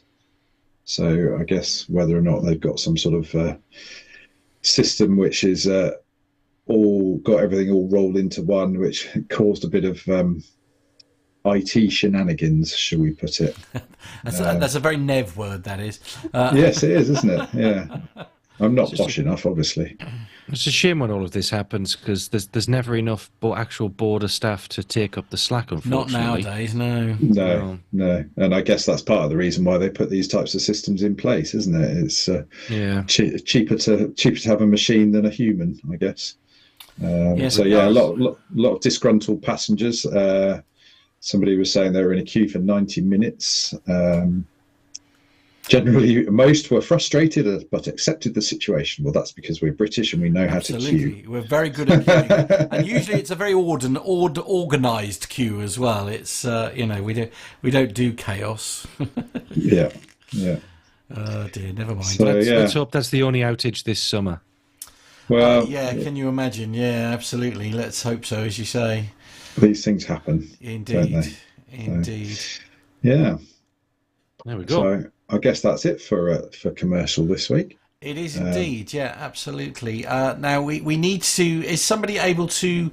I'm just dealing with a minor technical glitch here. So if somebody would be able to read the Drone Summit intro, I'd be grateful while I solve a problem. No problem at all. Well, Ian Kiley of Drone Space is a TEDx Dublin speaker, 2018 European Space Masters for Satellite Navigation winner, Galileo Masters judge, guest lecturer and regular guest expert across TV and radio. Ian is an award-winning licensed drone specialist based in Ireland and has developed drone programs with many councils and government entities, as well as raising funding for several international development projects. Nev spoke with Ian at the recent Drone Summit in Dublin about the challenges of drone regulation, compliance and pilot qualifications. Well, here we are. It's coming to the end of the Drone Summit nearly, and as you probably gather, these things don't just happen. There's a lot of hard work going on behind the scenes, and I'm with Ian Kiley from Drone Space, who has been doing a lot of work behind the scenes to make this happen. So Ian, welcome to the show. Thank you very much. You're right, there's been a lot of work. You've been a busy fella, haven't you, over the last, not just the last couple of days, but all the preamble to this. Yeah, I mean, the company organising this are Premier, but we've been very involved with them, encouraging speakers to come, helping them figure out, what topics to cover, and also trying to keep everything nice and congenial. Not everybody agrees with everybody, and I've done a few presentations myself, so it's been very busy. In terms of the interest to get exhibitors and conference speakers here in the first place, were you surprised how popular that was right from the get-go? Whenever you run an event like this, you get a couple of people that jump on board really quick, and then it feels like a slog for a couple of weeks, and it's very Irish in that everybody's waiting for everybody else to jump, and then you get a bit panicky, and then it kind of all happens, and then everybody pulls in behind it. I actually, like 10 or 11 friends fly in from the US and South Africa, and then suddenly I was like swamped. So it was really good, and like the Premier team have really worked hard to kind of fill those gaps and pull it all together. And of course there's always things that are outside of your control, so we had some snow yesterday morning, which was not forecast, I don't think, and that just chewed up the whole of the infrastructure around Dublin, I guess, as well, didn't it? It did. We got here just before it really started snowing heavily, and I was really concerned that we wouldn't have enough people, but in actual fact the people that got here did really good business. There was a lot of juggling of this person still stuck in the airport, grab another speaker and moving all that around. So I didn't really get much time yesterday to do business for myself. So I did more of that today. But I mean, we got there and it was a successful event. I think you'll agree. I mean, you were here the last 2 days. Yeah, absolutely. It's been a massive education for us because, as you know, we haven't really covered this subject at all on the show previously. So Right. that was one of the reasons for coming here, so we could all learn more about it. From your point of view, what would you say has been the biggest takeaway from the show so far? There's been actually a couple of really interesting things. One of them is that there's a lot of people out there realizing that they're not compliant and now want to find themselves in a place of compliance, which is really good. There is still a lot of big business potentially happening, but also people are doing big projects that didn't necessarily get seen before, but now everybody's like, oh my God, you're working on that. So that's good. Like it's all positive, and now we just need to have a few meetings with the Irish Aviation Authority to kind of iron out some of the blips that are happening, to try to, well, not necessarily blocking things from happening, just slowing things down. Yeah, I would say that the one word I've heard more about over the last couple of days than anything is compliance and regulation, and that must be a big part of what this industry is all about. It's very important. We've had several shifts, so I think I did my first license in 2014, and 6 months later they said actually that's wrong, and I had to do the test again. So that was 2017, and then 2019, and then I think I've done the license 5 times, and each time I've actually ended up with a different license. But now we're kind of finding that cross-European, pan-European stuff. So hopefully this will be the beginning of the end of that, whereby we can sit down and figure it all out. There's been a lot of iteration, hasn't there, because of that, and I sometimes think that the technology has been ahead of where the regulations have been, and actually the regulators and the compliance organisers have had to catch up with that fairly quickly. Yeah, Moore's Law, technology doubles every 18 months, that type of thing. Drones is about every 9 months, and there's no way any regulator in the world, if any of them tell you that they were on top of that, they're lying. Mostly the Irish Aviation Authority have been very reasonable for the last couple of years. I bumped into Ralph James here today and Lou Fine. They're both retired. Ralph was a former commander of the Armed Forces, and he really got things going. Lou kind of provided the framework, and in those days we were making it up as we went along. And I remember Lou ringing me and going, what's a tether drone? Can you write me a piece? And then like seeing it like being put into legislation later on, and I go, I kind of help with that. But now that we have this kind of pan-European thing, we're moving in the right direction. We have a long way to go. Yeah, I was going to say, this is not something which is going to be fixed overnight, is it? What sort of timescale do you think we're going to be into before there is the whole thing sort of joined up a bit better? I think this section of the legislation will have bedded in maybe 6 months to a year, and then we're going to find a whole lot of new problems, and that's going to be, I mean, any technology that's evolving this fast is going to keep having new problems. I saw a racing drone the other day traveling 350 miles an hour, and I'm like, what? You can hardly see that. How are you going to fly visual line of sight, even though it falls under that category? So I think we've got a long way to go, but if we keep working with the aviation authorities, eventually we'll get there.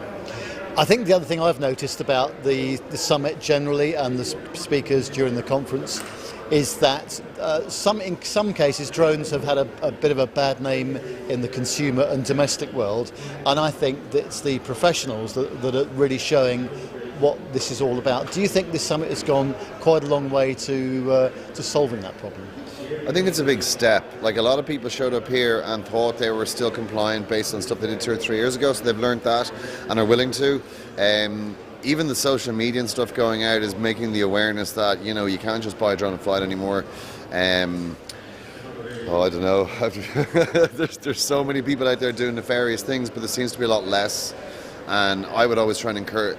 I want the government to create grassroots education, and if we can get one layer of young society doing it properly, well, then we've got a really good baseline for continuing that, and everybody will be doing the same. I mean, you still get nefarious drivers and people doing stupid things with phones.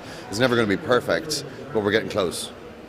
It's all about compliance and standard operating procedures and actually following the book, isn't it? Following the book, yeah, and one of the books we wrote was Drone Professional 4, so you should go and buy that and read that too. But no, following the book. The book has grown. I think the first legislation in Ireland, I think, was 11 pages. The short notes on the new legislation is up to almost 500 pages now, and that's the notes explaining the legislation. So, you know, it's definitely bedtime reading. Yeah. Well, Ian, we've had a fantastic time over the last couple of days, and thank you for your superb contribution to the whole thing. We look forward to seeing you again, hopefully next year. Thanks very much. Yeah, I'll try and take a little break before I commit to anything big like this again. Good for you. All the best. Thanks. Cheers. Thanks, guys. What a wonderful time we had there. Our thanks to Ian Keeley for chatting to Nev there. It was an incredible summit. I think we're very much hoping that we can do it again next year, because we've done loads of these things and never have we gone somewhere where they've been so welcoming. We were treated like royalty all weekend. It's the most bizarre thing.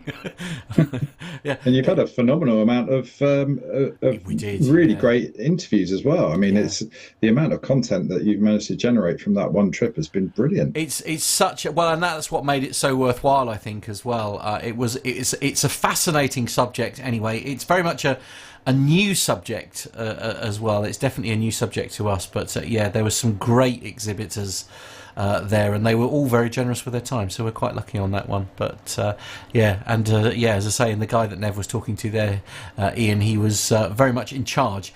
Pints on me next year. Yeah, where were you, Neil? Outrageous. Neil Braden. Yes, absolutely. Yeah, we're very much planning on going back again next year, because, as I say, we got a lot out of it. So we'll have to get you the dates, Andy, and get you out there as well. Yes, yeah, definitely. Although I'm a bit scared about that. I'm not going to lie. My amazing drone abilities. No. It was more the schooling in, shall we say, appropriate levels of alcohol that I'm most concerned about. I fear I may well be taught several physics lessons as a result of Indeed. Anyway, sounds like fun. We're going to move on now to something that you got up to at the weekend, actually, Nick. You went. You had a sort of a nice little trip out. Yes, I'm going to go a little bit off piste and talk about a little trip that I did over the weekend. Yeah, so anyone that follows the PT UK Facebook page might have seen that. I'm going to use the royal we, that we did a trip to Bembridge Airport on the Isle of Wight last weekend. So some of you that might be into GA might be familiar with Bembridge. It's a kind of an offshore airfield. And one of the nice things about it for a lot of people is there's a really great pub right next to the airfield. So it's quite a popular destination for fly-ins. And on a nice day, as it was on Saturday, it can get quite busy with a lot of GA traffic from all across the south of the UK. And you even sometimes get stuff coming in from France or the Channel Islands. So some of you might know that I used to live on the Isle of Wight, and I'm a regular returnee, and I go across and see my son Henry, who lives over there in Ryde. And while I'm over there visiting, we have a cycle route which takes us from his home, and we go across to Bembridge, and we've now figured out a route that we can take, which is about 70% off-road on our mountain bikes. And the route means that we pop out at the top end of the airfield, and it's a really great spot for watching the departures and arrivals.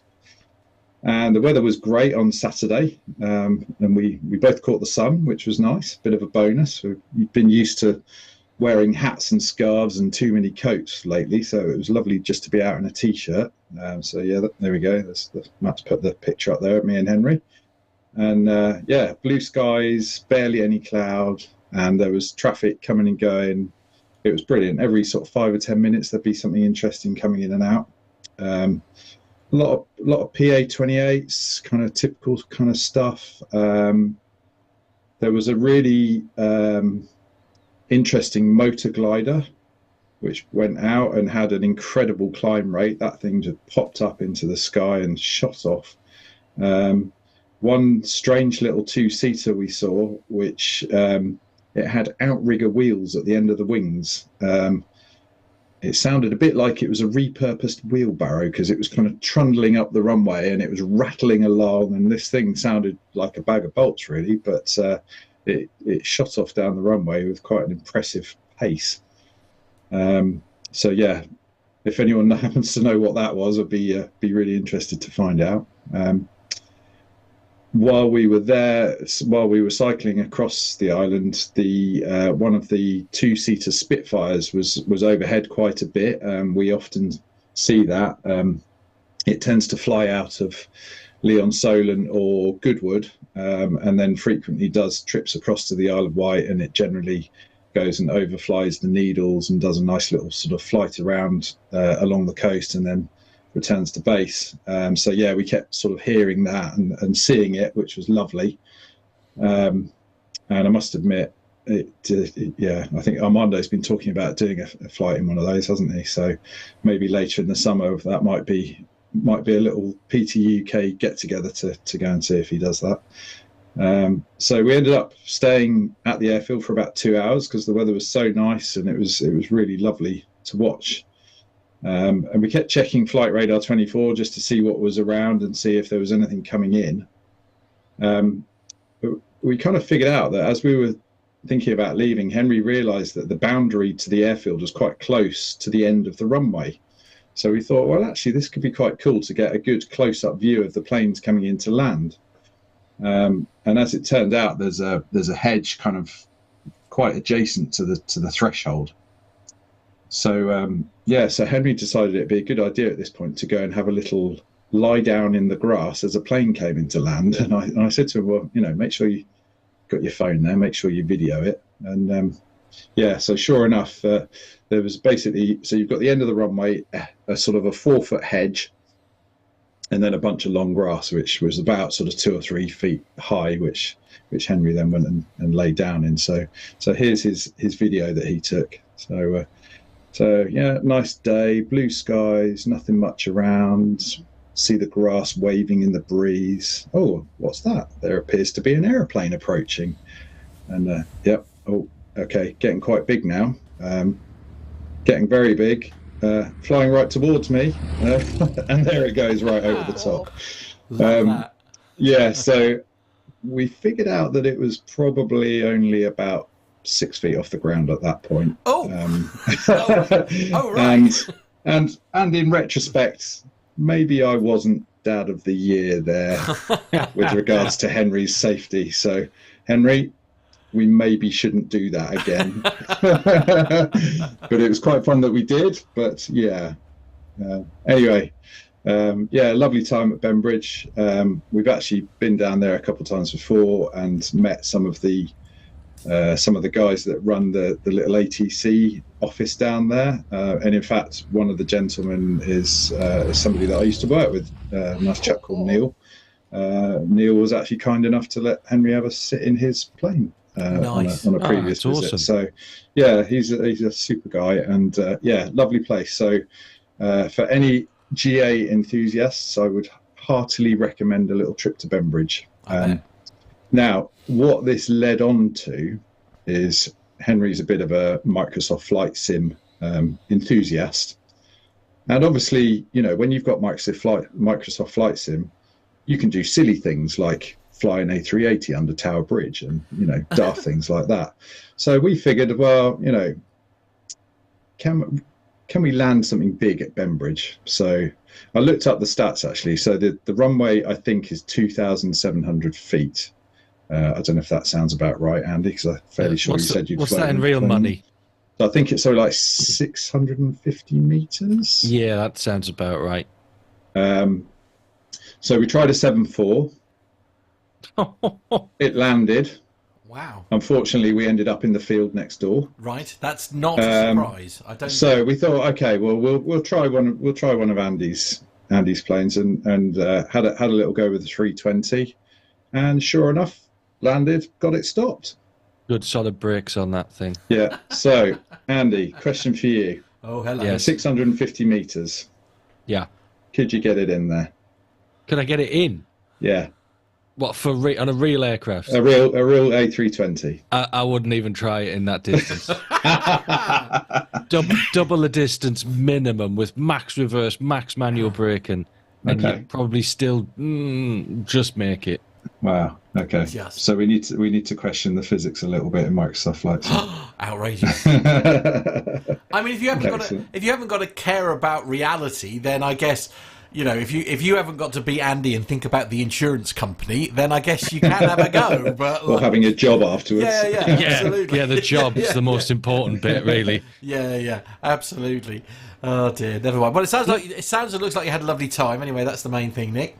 Yeah, it was great. Really lovely afternoon there. Indeed. And I'm sure we'll be back at regular times throughout the summer. So if anyone's over in that neck of the woods, then I'll maybe mention it next time we're going over, and see if we can get a few people together. Indeed, sounds lovely. Right, we're going to squeeze in a couple of very quick military stories before we bring things to a close. So if everybody is ready, especially Nick, as you're up first, here we go. What's up, bogies? 135, 50, Angel 16, heading 340. Okay. 108 bogies.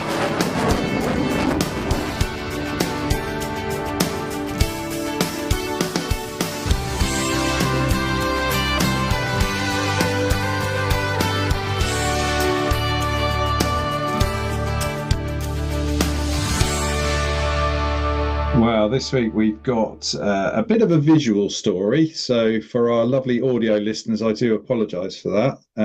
However, I couldn't resist putting this one in because it shows off the dramatic new paint scheme for the RAF Typhoon display jet. So the website is raf.mod.uk, and go to the news section on there. And I really, really highly recommend it because they've basically painted up the display jet into new colours. And I've got to say, it looks really cool. So the Typhoon display team have revealed their newly painted display aircraft for the 2024 season at RAF Coningsby. The aircraft paint scheme includes features that commemorate D-Day, with 2024 being the 80th anniversary of the Allies invading Europe. The aircraft is painted in the 1944 era day fighter scheme that remembers a Hawker Typhoon, or a Hawker, as Armando would call it. Sorry, Armando, we love you really. Of the 257 Squadron, and on D-Day, this aircraft was flown by Pilot Officer Denzel Jenkins. Jenkins began the war as an airman and was commissioned as an officer in January 1944, and later he became Officer Commanding 257 and was decorated with the Distinguished Flying Cross. Bold features, including the RAF Tactical Recognition Flash and D-Day Invasion features, bring heaps of heritage to the display team this year. The display aircraft will be a regular at air shows around the UK and will be nicknamed Moggy. Not sure why. Anyway, many questions. Flight Lieutenant Turnbull from 29th Squadron RAF will be the display pilot for 2024. Now, I've got to say, Carlos and Nev and myself went to the RAF Cosford Air Show last summer, and we all got burnt to a crisp because it was that was the day that summer happened, I think. The one day of summer. Yes, it was wonderful. And the Typhoon display was absolutely phenomenal. It was high energy, and this thing was just all over the sky, and the noise of it was just brilliant. And it was the absolute highlight of the day for me. It was a real kind of jaw mouth open, kind of like, wow, look at that. It was absolutely brilliant. So, yeah, look forward to seeing it again, hopefully. Indeed. Yeah. Indeed. We'll move on to the next military story then. Andy, this is with you. Yes, this is from simpleflying.com. And is the US really buying 81 broken Soviet fighter jets from Kazakhstan? Reports are circulating that the US has purchased Soviet jets for Ukraine, but this has been denied by Kazakhstan. It's just repeating the same thing again. Hang on. However, the Kazakhstani government quickly denied the reports, and the US Department of Defense hasn't commented. If true, it would be a major shift for Kazakhstan, which has been traditionally a Russian ally, but it's also possible the sale hasn't happened. Regardless, this wouldn't be the first time there have been reports of the US supplying Soviet-era jets to Ukraine. According to the Kyiv Post, the government of Kazakhstan announced in October that it was putting 117 old Soviet-era fighters and bomber aircraft up for sale by auction. These aircraft are believed to be in unusable condition, and it is not considered economically practical to return them to service. They're also in such a bad condition that their usefulness as a source of parts is also limited. It was declared that the value for the sale was 1 billion tenge, or $1.5 million. The aircraft include MiG-31 interceptors, the world's fastest fighter jet, MiG-27 fighter bombers, MiG-29 fighters, and Su-24 bombers. These aircraft were manufactured by the Soviet Union and likely inherited by Kazakhstan as the USSR collapsed. The aircraft supposedly purchased by the US include MiG-27s, 29s, and Su-24s. Of these fighters, the MiG-29s remain an important backbone of the Ukrainian Air Force, while the ageing Su-24 bombers have been adapted to carry advanced British and French Storm Shadow Scalp missiles. The news was reported on the Russian-language news site reporter.ru and a Ukrainian Telegram channel called Insider UA. It should be noted that these are, for now, the sources of information, and there's been no official confirmation by the United States. Simple Flying reached out to the US DoD for comment, but did not hear back. The Kazakhs released a statement saying the information disseminating on the internet about the fighters is not true. Foreign companies were not allowed to purchase the aircraft. The statement goes on to state that the aircraft will be recycled and disposed of, although it's not clear if they can be taken out of the country or not. This news is somewhat strange. Kazakhstan has long been Russia's ally and partner, and Kazakhstan is in a difficult geopolitical position. Russia is its largest neighbour, and Kazakhstan has a notable ethnic Russian majority in the north. Kazakhstan has seen how Russia can use the presence of ethnic Russians as a cause of war, and in recent years Kazakhstan has sought to develop relations with the West and China while being careful not to anger Russia. Well, there we go. So they haven't bought them as far as we know. Indeed. Yes, it's jury's out on that one, I suspect. Yes. Indeed. Well, that's pretty much it for the military. We're going to start wrapping things up pretty quickly because we're all a bit knackered, frankly, and poor Andy has been up since o'clock. There's no way better to put that. We will just give you a quick reminder. We're going to be doing the draw, I think, next week, all being well, for our wonderful 500th giveaway prize. If you haven't seen it already, pop yourself onto YouTube. You'll be able to see the amazing prize that we're offering. It's a very special plane tag. This particular tag is from Alpha 6 Echo Delta Alpha. That's Emirates' first ever Airbus A380 and is number 356 of a run of 380 tags.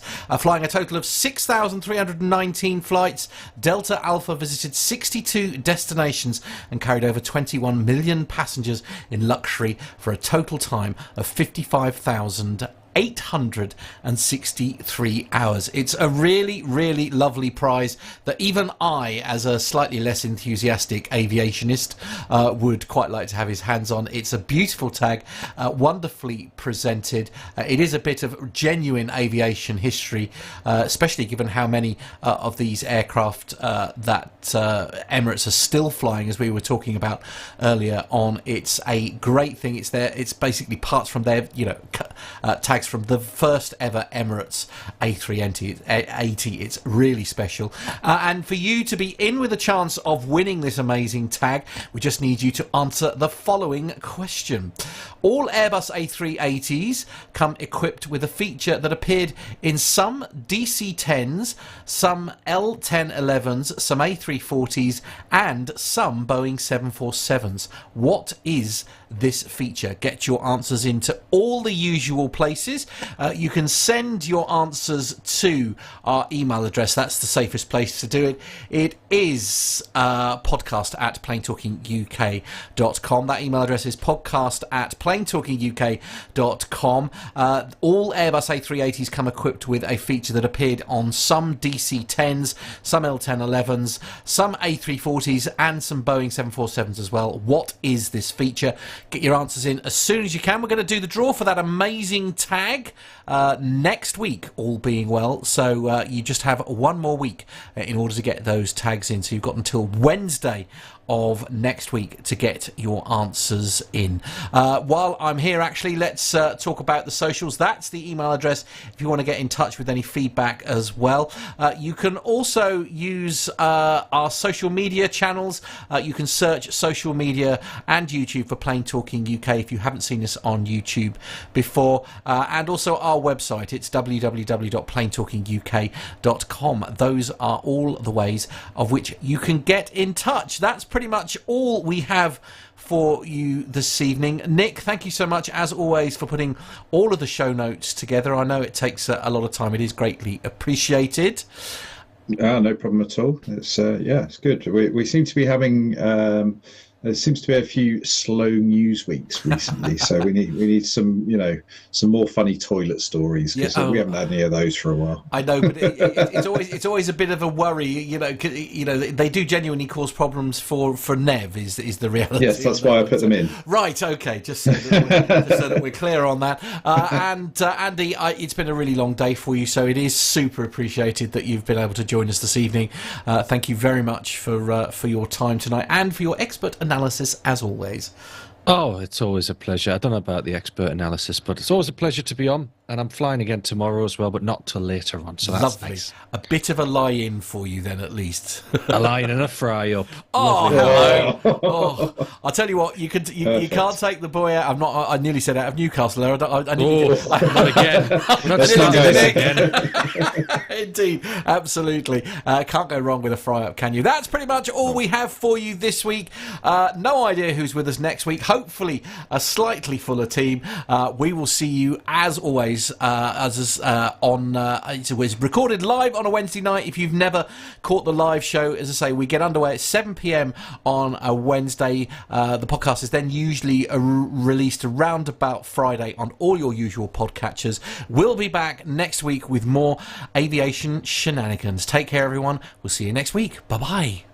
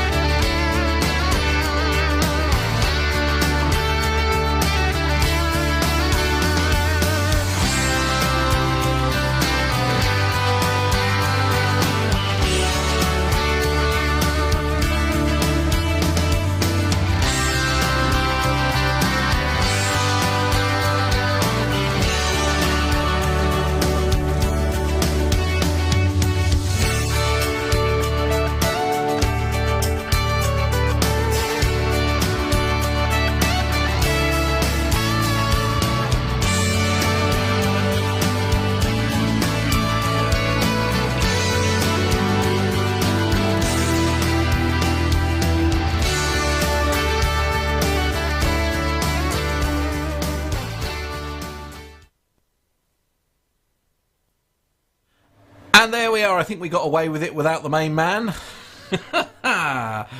Oof, dearie me. Yeah, I expect he's probably there at the bar in Malta keeping an eye on us. I'm surprised he's not watching and I'm commenting. surprised he's not in the chat room, actually. I'm amazed. I'd have thought him and his dad would have been right up for that. Perhaps they're out too busy having fun. I mean, how rude. Ugh, I know. very rude. I know, absolutely. Never mind. Nice to see Micah in the chat room there. Yeah, haven't seen you for a little while, Micah. Nice to have you here. Nice to have you here. Yeah, brilliant. Yeah, got away with it, as it were. Oh, brilliant. Now the chat room works. Fantastic. I haven't been able to look at the chat room all night, and now it's decided to work. Oh. Well, no, I know you were there. I didn't know you were there, Micah, until you got mentioning, as I say, because I've had a few technical problems in the studio here. It's honestly, it's I don't know what's the matter with it. I'm gonna have to wipe everything and start again. Oh, I see what you did there, Micah. Yes. Got away with it without the main man. I meant Carlos, our Lord and Master, he who should be obeyed. Not. Bless him. Well, it is his train set, it's only fair. It is. Indeed. We're going to say good night, as I say, because Andy, look at the state of that, honestly. That's a man who needs to go to bed. How rude. Very rude. I know, absolutely. He's just getting his own back for what I said to him when we were off air there before. Yeah, that's absolutely. why. Yeah. And he knows I can't say it right now either, what he said. Yeah. Indeed, that is exactly what I'm banking on. Anyway. Oh. Anyway, right, we're getting delirious now. Yeah, absolutely. Hilarity is ensued. Thanks, guys, for joining us. Thank you, chat room, for being amazing as always. As I say, sorry about the slight technical issues there, so we weren't able to involve as many of you as we would have liked normally. But great to have you along as always. We'll be back next week, as I said earlier. Well, I'll tell you what, we'll leave the last word with Andy, shall we? Thanks, everyone. Nice to see you all. Good night. Enjoy the rest of your evening. Oh, yeah.